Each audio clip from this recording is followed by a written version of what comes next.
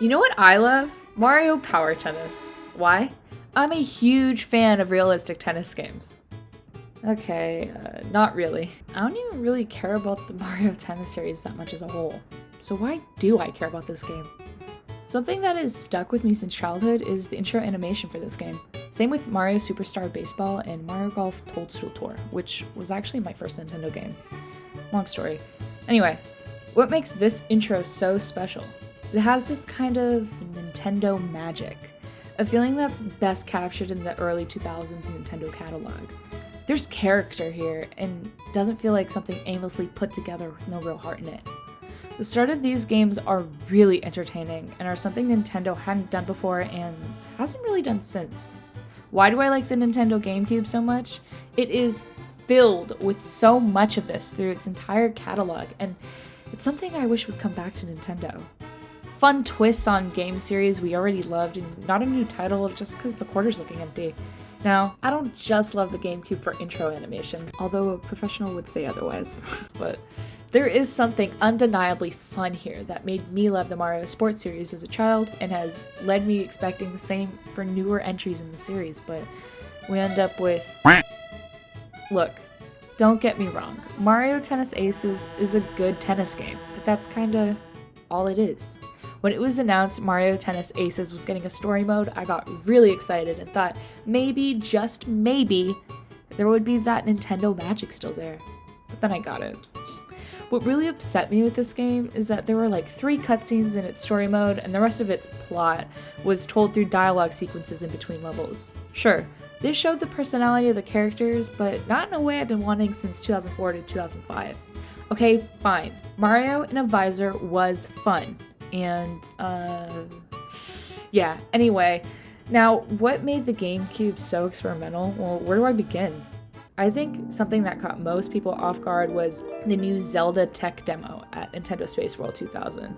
This was right after Ocarina of Time and Majora's Mask, the first generation of 3D finally being realized to its potential at that time, and oh my god did it look good. It got people real excited and it wasn't a real game. Although it kinda looked like Twilight Princess, that game wasn't coming out until 2006. The first Zelda game on GameCube was Wind Waker, cel-shaded Link with a new art style, and people were mad. This game was terribly received when it first came out for being so different from mainline Zelda at the time. But as time went on, that's what people began to love about it. And it even received an HD remaster in 2013.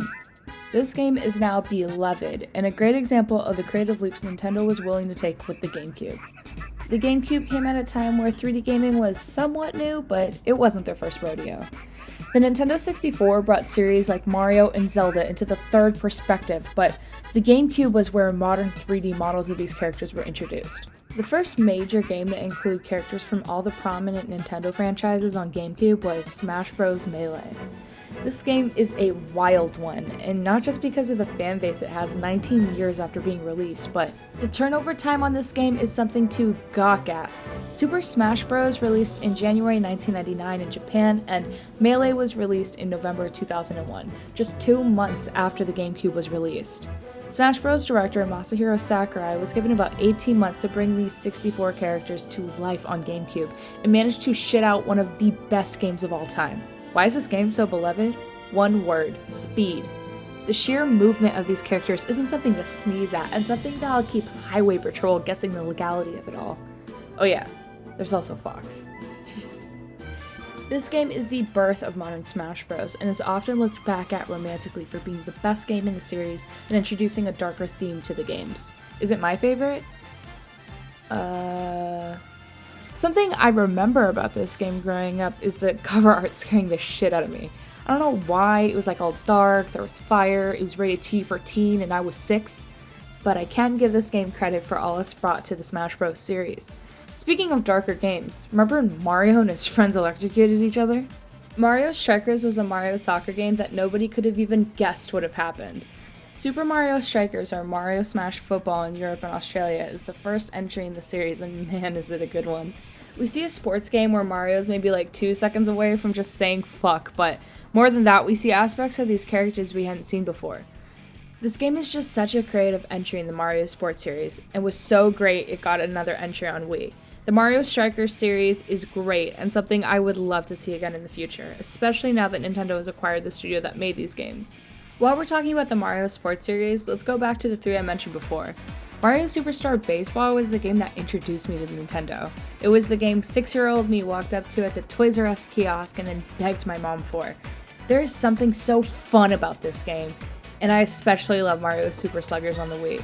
It felt like they could fit such a huge roster into these games, and they have such beloved story modes, beloved to me at least, and are some of the best when it comes to the Mario Sports series. This is also how I found out about King K. Rool. Sorry. Mario Golf Toadstool Tour also came out on Gamecube, but you know what else it was? Developed by Camelot. Which is why we get such creative cutscenes at the beginning where we finally understand why the hell Wario and Waluigi exist. There's something so fun about these little tidbits we learn about them through these cutscenes and are something I always enjoyed a lot as a kid. Now we get to the cream of the crop, what I think had the best cutscenes in the Mario sports games on GameCube. Mario Power Tennis. Besides the cinematography, this game is still beloved for being a creative and fun entry in the Mario Tennis series. There's something about these cutscenes that just feel so nostalgic, yet are still fun to watch, and they even have a blooper reel. What's not to love here? And each character got their own unique cutscene when they won a trophy in the tournament mode. There was a lot of thought placed here in a part of the game that wasn't even necessary, but something that enhanced the player's experience.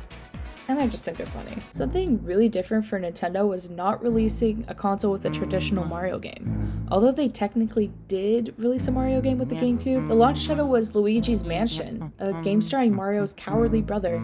This was something that was kind of born from this first entry of the series, and this is now a beloved Nintendo series. There's something so interesting about Nintendo randomly being like, you know what Luigi needs? A horror game. Yet, it works so well. I love this series, and I love the entry that just came out on Switch, and I think Next Level Games is doing a great job with this series, and I'm excited to see what comes from it in the future. This is a series that I can say does still have a bit of that GameCube magic in it, where it still strays from the norms in the best way. There's always something fun about a game that changes series-long traditions, like Breath of the Wild, but a series that isn't necessarily known for its improvements is the Paper Mario franchise. Look, if you're listening to me talk about the GameCube for this long, we both know what happened to the Paper Mario series, but I'll still summarize. Paper Mario is an RPG in the Mario franchise alongside Mario and Luigi, one of my favorite RPGs. Paper Mario did well on Nintendo 64 despite being released toward the end of its generation. Paper Mario and the Thousand Year Door, however, oh wow, is this a good game. This game is a fan favorite and is basically inaccessible unless you're willing to dish out your savings for a game that came out in 2004, but there were partners, a great story, and this overall is just a great RPG with classic RPG elements that is really beloved overall. Super Paper Mario on Wii sort of changed things up, and things took a downward turn with Paper Mario Sticker Star on 3DS. This is kind of the opposite of the Nintendo magic, where Nintendo tries so hard to be creative, it ends up being an unenjoyable experience, but the Thousand Year Door, man, what a game. GameCube is where I was introduced to the Mario Party series, and oh man, did they perfect it here. The GameCube is home to some of the best Mario parties in this series. My parties of choice are 6 and 7, but everyone is beautiful in their own way. Mario Party 7 is the one I remember playing growing up, and 6 is so chaotic with its day and night feature, and this course was created for friendships to end. The minigames here are so memorable, and again, these are games with so much character. When Super Mario Party was announced on Switch and removed the communism gimmick introduced in Mario Party 9, I got excited and I thought the series was finally returning to the GameCube Wii era of games, but I was wrong. This entry was okay and brought Mario Party to Switch, but it's pretty low in content. What it does well, I just wish it did more. And had a little more fun about it. This menu feels like I'm filling out core papers, not playing Mario Party. Where's the wacky text? Where's Toadsworth? Where's this guy? Okay, enough time has passed. Can I talk to you about my 2 favorite games of all time? I would love to talk to you about my 2 favorite games of all time. Super Mario Sunshine is a sandbox-style Mario 3D platformer, and can I just say, man, it feels good to control Mario here. You have to give Mario 64 credit for introducing Mario to the 3D genre, but I just feel like Sunshine perfects this. This is by no means a popular opinion. People either love this game or hate it. A lot of people feel like this game has unfair controls, is rather glitchy, and pretty bare bone on content because it was rushed, which, like, it is true. But it doesn't necessarily mean this is a bad game or that it's a reason to just discredit it overall. This game belonged on GameCube. It took what Mario 64 had and it made it even more creative and fun. Mario is dropped off on a tropical island and is immediately sent to jail. This just isn't something you'd see in another Mario game. You have to clean up all the paint from the island as you look for your doppelganger, who's also Bowser Jr., who has his first appearance here, who has kidnapped Peach because she's his mama? And there's voice acting, which is an interesting choice, but is something I'm glad they tried out. I love this game so much, and I really love the tropical setting here. It is just so fun to play, and it is a game I remember playing the tutorial of as a child, then I gave up. But I stopped playing games for a few years during the Wii U era, and in 2017, when I decided to finally buy a used GameCube because I couldn't find mine, then I found mine a few months later, Sunshine was one of the first games I bought, and I loved playing it. Then I got stuck on Sandbird and left the game alone, but when 3D All-Stars came out, I decided I was finally going to beat it, and I did, 100%. I got every last blue coin, and it felt really good. This game is so great, from the soundtrack to the NPCs it introduces. Although there are not as many courses as there were in 64, you cannot deny how good they look for 2002. And with FUD to now correct jumps, Mario is so fun to control here. Most times. It's just fall. Just no! Oh my god! Are you fucking kidding me? What happened? What happened? Yeah! This is also where the first ideas for Galaxy levels come about, when we get this absolute banger of a song. Overall, I love Sunshine so much, and it's my favorite 3D Mario alongside Odyssey, and if you haven't, please give it a try. Okay, here it comes, my other favorite game of all time. Now hear me out. Mario Kart Double Dash brought such a different playstyle to the Mario Kart series, and it's why I love it so much.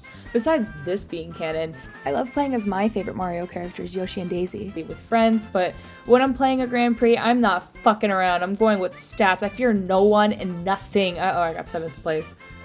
Each character here has their own special item, except for King Boo and Petey Piranha, who are unlockable and can use any special item, but we'll give them a pass because it's not like Nintendo make Mario Kart game unfair. When you're choosing characters, you have to strategize who you bring and for what item. While racing, you can click Z and switch characters to strategically use certain items at certain times. I just think this is fun. This is a great element I wish would be brought back to Mario Kart. Also, having 2 characters just makes things so much more exciting. It almost feels lonely switching to another Mario Kart after playing this one. This is also by far the most difficult Mario Kart game, which makes it even more fun and satisfying to go through and get all the trophies for. This is what makes Mario Kart fun, unless you just like play with friends or something, but as an only child, this is what Mario Kart was growing up, playing against computers and not being so lonely because hey, my 2 friends are here. One of the best parts about this entry are the courses, and oh wow, there's 16 of them! This game is packed with incredible original tracks like Baby Park, Waluigi Stadium, Rainbow Road, Daisy's Cruiser, Peach Beach, and my favorite Mario Kart course of all time, DK Mountain. Yes, I have taste. There's just something about this course that ruins all other courses for me. Look at that mountain smiling at me, and I'm supposed to like another course more? And the music on this game, oh wow, the music on any GameCube game is incredible, let alone a Mario Kart entry on the console. Also, could we just talk about the unlockable title screen? Yeah, it's good. The only thing this game doesn't have is Funky Kong, but we all make mistakes sometimes. I think the closest Nintendo has gotten in recent years to capturing the Nintendo magic again has been with the Switch. Mario Odyssey's announcement was enough to get me back into Nintendo as a whole, and I even bought a Switch around the release just to play Mario Kart 8 again. And when they announced 3D All-Stars on Switch, I freaked the fuck out. Some games capture the magic of GameCube did, but I just wish Nintendo was more willing to make brave jumps into new directions with franchises we know and love. They've definitely been venturing out in the Mario Kart series recently, but that just makes me more excited for what the next mainline entry will bring. I think it's hard to kind of clearly define what Nintendo magic is, but you just know it when you see it. I think it definitely still exists on Nintendo and in the Nintendo Switch, but I just think it is kind of mimicking, though, what the GameCube did, and what the GameCube did was just so original. It hadn't been done before, and, you know, maybe you could argue that the Nintendo 64 kind of started things out for the GameCube, and I would agree with that. and the GameCube kind of just perfected what the Nintendo 64 already set out in a lot of series.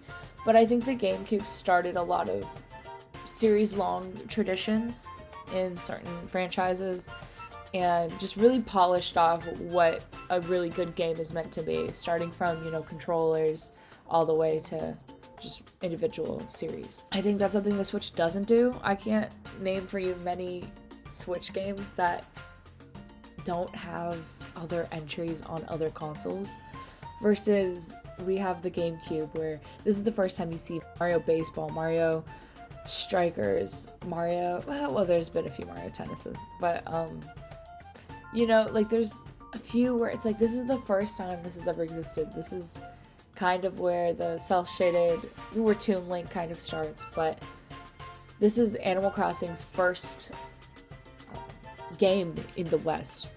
This is where Pikmin starts, and I didn't even talk about Dance Dance Mario Revolution, but oh my god, you know what I mean? Like, what a game, man. We never got anything more from it, which totally makes sense, but also, like, that creativity, right, just exudes from GameCube. And yeah, these kinds of games continue, right, on other consoles, and I do think the Wii kind of also captures this era of the GameCube creativity, but the GameCube started it, you know? Without the GameCube, we wouldn't have a lot of these franchises and the creativity we see now on the Switch. I don't think we would have gotten Mario Odyssey if GameCube didn't happen, because I think the GameCube kind of looked a lot of traditions in the eye. I was like, no, I'm actually not going to do that. I'm going to do it my way. And that's what I really respect and love about it. And I think that is why it's my favorite console. My favorite Nintendo console, probably my favorite console of all time. It's just, that era of games is just so beloved to me, and it just made things so different and exciting, and it's just something I just so badly wish Nintendo would start doing again, with more confidence and more creativity, and less for more sales. You know, I wish it was more so about making it really fun versus who's gonna buy this more than if we made it this way or whatever. I really love the GameCube.